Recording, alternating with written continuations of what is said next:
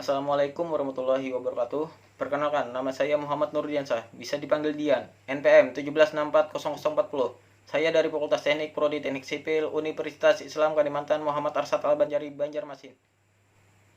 Di dalam video ini saya akan menjelaskan pada mata kuliah analisis numerik yang berjudul Peramalan Aritmetika, Geometrik, dan Courseware.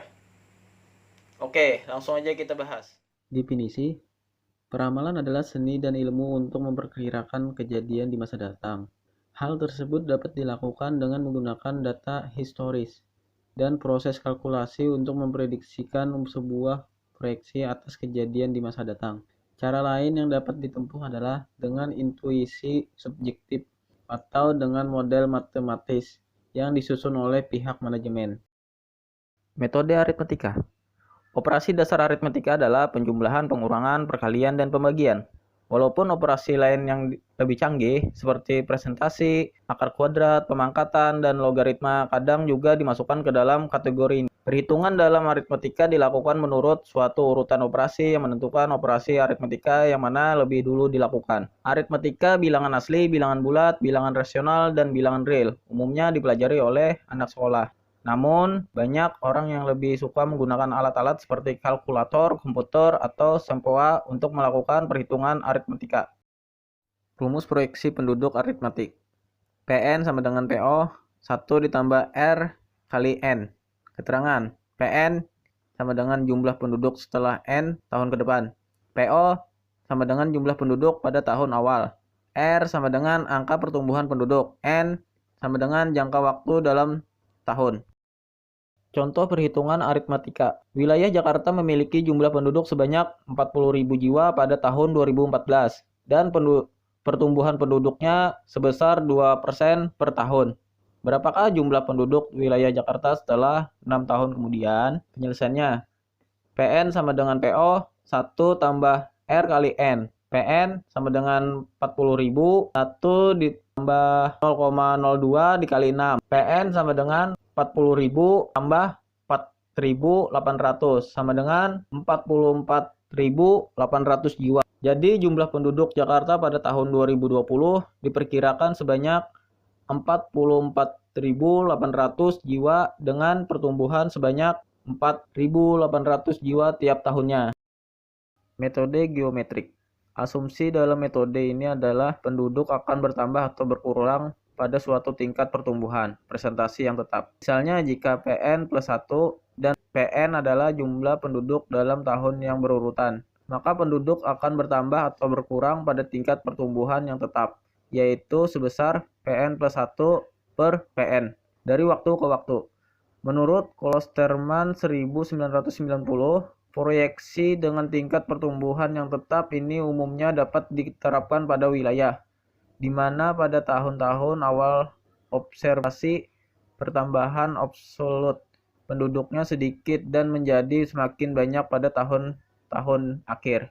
Jika nilai R lebih dari 0, artinya pertumbuhan penduduk positif akan terjadi penambahan jumlah penduduk dari tahun sebelumnya. Jika R kurang dari 0, artinya pertumbuhan penduduk negatif atau terjadi pengurangan jumlah penduduk dari tahun sebelumnya. Jika R sama dengan 0, artinya tidak terjadi perubahan jumlah penduduk dari tahun sebelumnya. Rumus proyeksi penduduk geometrik. Dalam metode proyeksi ini, pertumbuhan penduduk diasumsikan mengikuti deret geometri. Pertumbuhan diasumsikan konstan untuk jangka waktu tertentu. Rumus perhitungan geometrik, PN sama dengan PO dalam kurung tutup 1 tambah R pangkat N. Keterangannya, PN sama dengan jumlah penduduk setelah N tahun ke depan. PO sama dengan jumlah penduduk pada tahun awal. 1 sama dengan konstanta R sama dengan angka pertumbuhan penduduk. N sama dengan jangka waktu dalam tahun. Contoh geometrik. Di tahun 2000, jumlah populasi penduduk Bandung 20 juta jiwa dengan tingkat pertumbuhan penduduk tahunan 4%. Berapa proyeksi penduduk Bandung di tahun 2002? Penyelesaiannya, PN sama dengan PO, 1 tambah R pangkat N.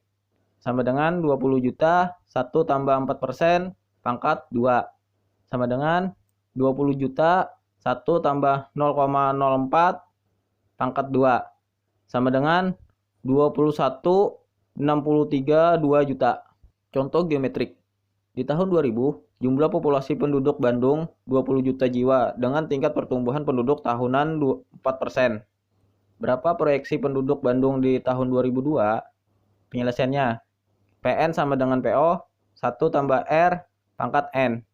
Sama dengan 20 juta, 1 tambah 4% pangkat 2.